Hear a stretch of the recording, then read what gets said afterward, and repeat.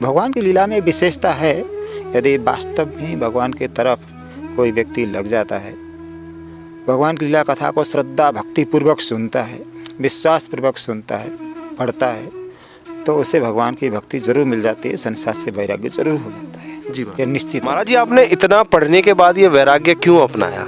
क्या आपका मन इस संसार में नहीं लगा या आपको कुछ ऐसा ज्ञान मिल गया कि आपने वैराग्य अपना लिया?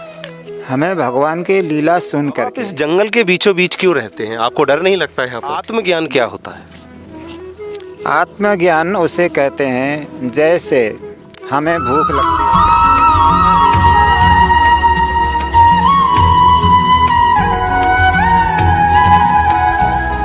जय जय श्री राधे। स्वागत है आप सभी का ब्रजभूमि दर्शन विद राहुल चौधरी की एक और नई वीडियो में। जैसा कि आप देख सकते हैं कि हम जंगल के बीचों बीच खड़े हुए हैं इस समय और आपको आज दर्शन कराने वाले हैं कि इन जंगलों के बीच में तप करने वाले हमारे श्री गुरु महाराजों के जो साधु संत इन जंगलों के बीच में तप करते हैं। आइए उनसे जानते हैं कि इन जंगलों के बीच में वो तप क्यों करते हैं और उनसे कई सवाल पूछते हैं जो हमारी जनता ने लिख भेजे हैं। किसी ने अमेरिका से, किसी ने लंदन से, काफ़ी सवाल हमारे पास आए हैं। उन सारे सवालों का आज हम जवाब सुनेंगे हमारे श्री गुरु महाराज से। देखिए कि जंगल के बीच में बिल्कुल उन्होंने अपनी एक कुटिया बनाई हुई है। आप देख सकते हैं कि बहुत सुंदर कुटिया बनाई हुई है और यह है अश्वत्थामा झाड़ी के बीचों बीच यह कुटी है और यहाँ सामने बैठे हमारे श्री गुरु महाराज। आइए अब चलते हैं, उनसे बातचीत करते हैं और उनके चरणों में अपना दंडवत प्रणाम करते हैं। ये हमारे श्री गुरु महाराज जी की रसोई है और यह उनकी एक छोटी सी कुटिया है और यहाँ पर वो कुछ समय पहले तक भजन किया करते थे। और यहाँ पर हमारे श्री गुरु महाराज जी हैं। महाराज जी राधे राधे। महाराज जी दंडवत प्रणाम। जय श्री राधे। जय श्री राधे। संत जी राधे राधे। राधे श्याम। संत जी, आपका शुभ नाम क्या है? मुझे जगन्नाथ शरण शास्त्री बाबा कहते हैं। जी बाबा। तो बाबा, आप इस जंगल के बीचों बीच क्यों रहते हैं? आपको डर नहीं लगता है यहाँ पर? जंगल के बीचों बीच में हम इसलिए रह रहे हैं कि एकांत स्थान, एकांत भाषा, झगड़ा न झांसा, जहाँ पर हर तरह से शांति बनी रहे। जी बाबा। इसलिए एकांत में हम रहते हैं। जी बाबा। तो बाबा, हमें एक सवाल आता है हमारे पास अमेरिका से। हमारी एक माता जी, उन्होंने पूछा था कि आत्मज्ञान क्या होता है? आत्मज्ञान उसे कहते हैं जैसे हमें भूख लगती है तो दूसरों को भी लगती है, हमें प्यास लगती है तो दूसरों को भी लगती है। सब में परमात्मा का निवास है। जैसे हम कोई बुरा व्यवहार या खराब व्यवहार अपने ऊपर नहीं चाहते हैं किसी के द्वारा भी होना, तो हमें भी दूसरे के साथ में बुरा व्यवहार नहीं करना चाहिए, अच्छा व्यवहार करना चाहिए। दूसरे का जैसे हम हेल्प चाहते हैं तो दूसरे का हेल्प हमें भी करना चाहिए। इस प्रकार से सर्वत्र परमात्मा को देखना ही आत्मज्ञान कहलाता है। इसी से संसार का जो दावाग्नि है, संसार में जो हमें अनेक प्रकार के क्लेश, कष्ट, दुख, संकट जो सता रहे हैं, ये इसी के द्वारा ये समाप्त हो जाते हैं। आत्मज्ञान इसे ही कहते हैं। जी बाबा। महाराज जी, आपने इतना पढ़ने के बाद ये वैराग्य क्यों अपनाया? क्या आपका मन इस संसार में नहीं लगा या आपको कुछ ऐसा ज्ञान मिल गया कि आपने वैराग्य अपना लिया? हमें भगवान की लीला सुन करके, श्रीमद् भागवत, भगवान श्री कृष्ण का जो चरित्र है, इसे सुन करके जैसे सुखदेव जी को भगवान के चरित्र ने अपनी तरफ आकर्षण किया था, तो ये भागवत ग्रंथ का अध्ययन किया था उन्होंने। उसी प्रकार से भगवान के जो लीला कथा है, उनके द्वारा ही हमारा मन विशेष करके आकर्षित हुआ। फिर हमारा संसार की तरफ से मोह हट गया। जी। भगवान की लीला में विशेषता है, यदि वास्तव में भगवान की तरफ कोई व्यक्ति लग जाता है, भगवान की लीला कथा को श्रद्धा भक्तिपूर्वक सुनता है, विश्वासपूर्वक सुनता है, पढ़ता है, तो उसे भगवान की भक्ति जरूर मिल जाती है, संसार से वैराग्य जरूर हो जाता है। जी ये निश्चित बात है। जी महाराज। तो महाराज जी, आपकी जितनी शैक्षणिक योग्यता थी उसके अनुसार आप कोई अच्छी नौकरी भी कर सकते थे, करोड़ों रुपए कमा सकते थे, गाड़ियों में घूम सकते थे, आपके पीछे नौकर चाकर घूमते, और आज उसी के विपरीत आप एक जंगल में रहते हैं और मधुकरी करके अपना जीवन यापन कर रहे हैं। ना कोई ज़्यादा सुख सुविधा है, सारा काम आपको खुद करना पड़ता है। तो महाराज जी, ऐसा क्यों? देखिए, जब हमें परमात्मा की प्राप्ति करनी है, हमें इस संसार के संकट से, दुख भय से छुटकारा पाना है, तो इस संसार के हर सुविधा को हमें त्यागना पड़ेगा। जब तक हम संसार के माइक संसार में जब फंसे रहेंगे, इसी में मन को डोलाए रहेंगे, तो हम कभी भी सुखी नहीं हो सकते। संसार में केवल सुख दिखता है, होता नहीं है। जिस प्रकार से मृगमरीचिका कहते हैं, जैसे रेत में सूर्य के किरण पड़ने से जल चमकता है, जबकि वहाँ जल होता नहीं है।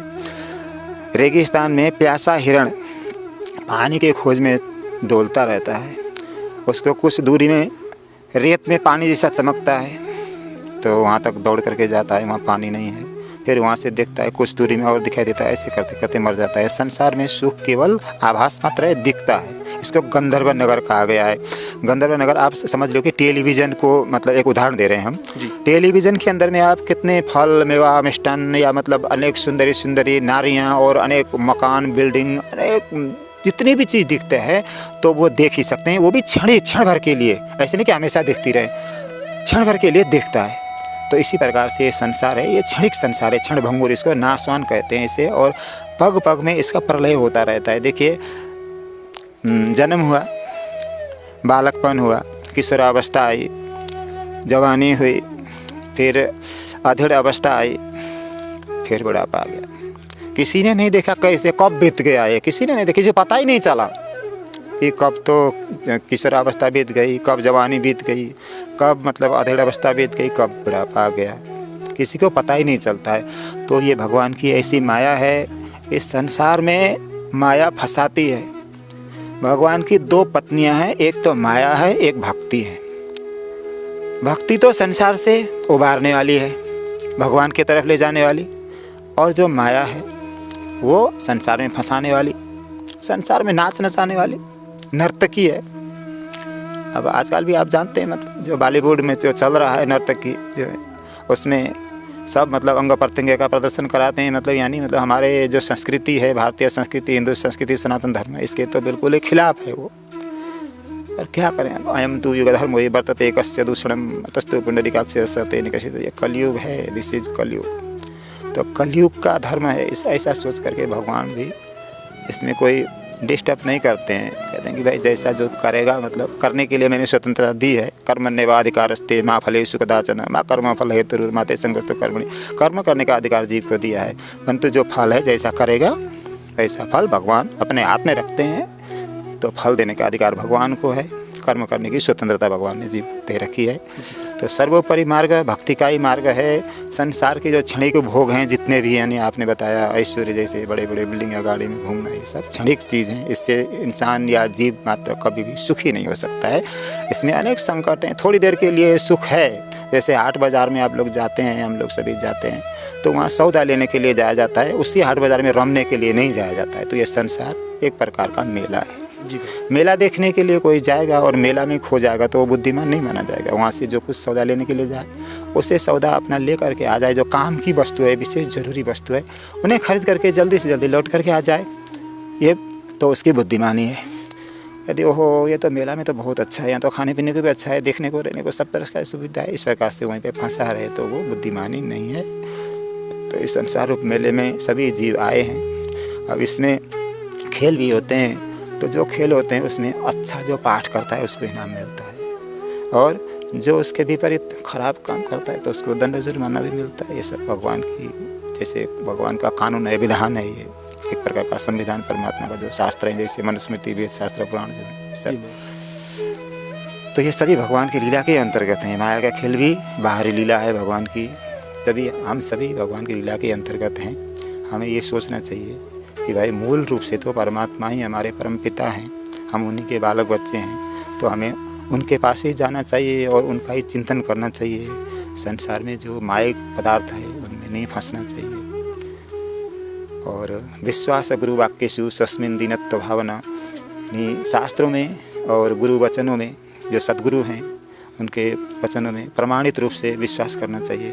क्योंकि भगवान शंकर जी भी कहते हैं, गोस्वामी तुलसीदास जी कहते हैं कि भवानी शंकरो वंदे श्रद्धा विश्वास रूपिणो याभ्याम बिना न पश्यन्ति सिद्धा स्वान्तस्तमीश्वरम। शंकर और पार्वती जी श्रद्धा और विश्वास के रूप हैं। तो जैसे श्रद्धा और विश्वास के बिना अपने हृदय में स्थित परमात्मा नहीं दिखते हैं, उन्हें उनका ज्ञान नहीं होता है, जानकारी नहीं हो पाती है। तो इसलिए श्रद्धा विश्वास जरूरी है। शंकर पार्वती ही श्रद्धा विश्वास के रूप हैं।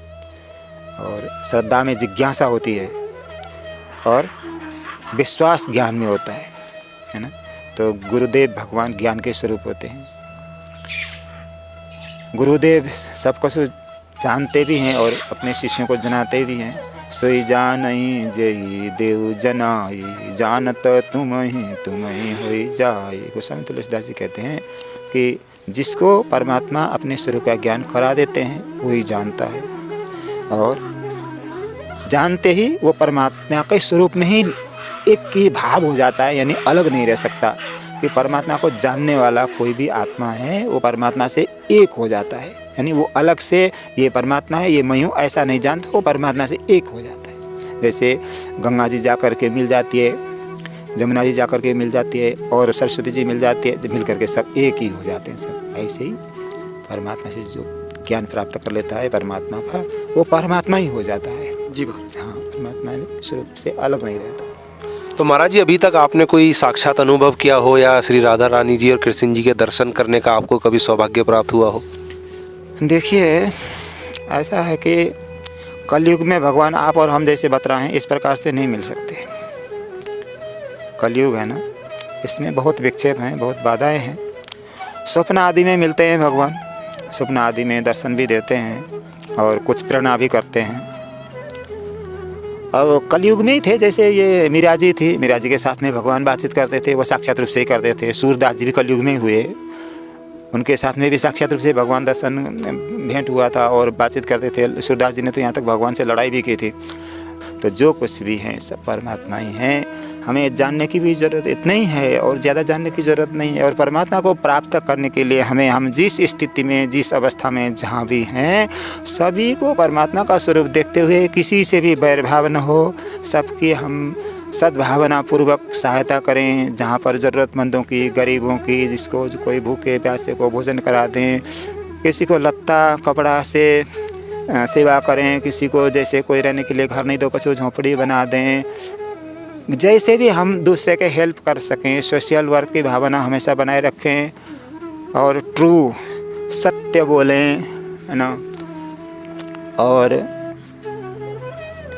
अंडरस्टैंडिंग हमेशा समझदारी से काम करें। डिसिप्लिन, आत्मानुशासन हमेशा बनाए रखें। कभी भी हम उच्छृंखल नहीं बने, लापरवाही नहीं करें, प्रमाद नहीं करें। और एजुकेटेड आइए प्रभु जी, आइए। हम हमेशा एजुकेटेड बने। जो भी हम कार्य करते हैं उसमें हमें पूरी जानकारी हासिल हो। यदि हम रसोई का, किचन का काम करते हैं तो उसके विषय में, फर्नीचर का काम करते हैं तो उसके विषय में, कोई कला कौशल का काम करते हैं तो उसके विषय में, गान संगीत का काम करते हैं तो उसके विषय में, कारीगरी का काम करते हैं तो उसके विषय में, पढ़ाई लिखाई का काम करते हैं तो उसके विषय में। यानी हमें हर तरह से एजुकेटेड, शिक्षित होना चाहिए, जानकारी हासिल करनी चाहिए। और अपने अंदर में कभी भी छल कपट नहीं आना चाहिए। हमेशा नेचुरल, यानी शुद्ध, निष्कपट। जो शुद्ध है वही परमात्मा है। जिसमें मिलावट हो गया वो माया है। आजकल मिलावट, बहुत ज़्यादा मिलावटखोर, हर चीज़ में मिलावटखोर चल रही है ना, बात कहने में भी मिलावटखोर है। तो इसलिए हमेशा शुद्ध, नेचुरल रहना चाहिए। और कोई भी हम कार्य करते हैं, जहाँ तक मतलब बुरा कार्य नहीं, अच्छा कार्य करते हैं, तो अच्छे कार्य में, चाहे पढ़ाई लिखाई में, परीक्षा में हो, चाहे और भी कोई कार्य कर रहे हो, तो उसमें हमें हिम्मत नहीं हारना चाहिए, पाँव पीछे नहीं हटाना चाहिए। ट्राई एंड ट्राई अगेन, बार बार कोशिश पर कोशिश, पुनः कोशिश। जब हम कोशिश करेंगे तो अवश्य ही सफलता हासिल हो जाएगी। राधे राधे सभी दर्शकों को। आज हमने और आपने हमारे श्री गुरु महाराज जी के दर्शन किए। हमें भी ये सौभाग्य प्राप्त हुआ और आपको भी ये सौभाग्य प्राप्त हुआ। और बहुत ही सुंदर सत्संग हमें सुनने को मिला, जिससे कि काफ़ी कुछ सीखने को भी हमें मिला। और काफ़ी हमारे श्री गुरु महाराज जी का नेचर हमें बहुत अच्छा लगा और उन्हें काफ़ी ज्ञान भी है। और कुछ चीज़ें हम वीडियो में आपको नहीं बता सकते क्योंकि वो बहुत ही ज़्यादा, उनकी जो शैक्षणिक योग्यता है वो बहुत ही ज़्यादा है। और आज हमें उनका दर्शन करने का जो सौभाग्य प्राप्त हुआ, हमारा हृदय गदगद हो गया है और हम उनके चरणों में अपना दंडवत प्रणाम करते हैं। गुरु जी, अगर आपको हमारी ये वीडियो अच्छी लगे तो हमारी वीडियो को आप लाइक करें, हमारे चैनल को सब्सक्राइब करें। ऐसे ही हमारी सनातन संस्कृति सेवा यात्रा को आगे बढ़ाते रहें। हम आपको समय समय पर ऐसे ही श्री संत महाराजों के दर्शन कराते रहेंगे और उनका दिव्य ज्ञान आप तक पहुंचाते रहेंगे। तो मिलते हैं किसी आने वाली वीडियो में, तब तक के लिए जय जय श्री राधे।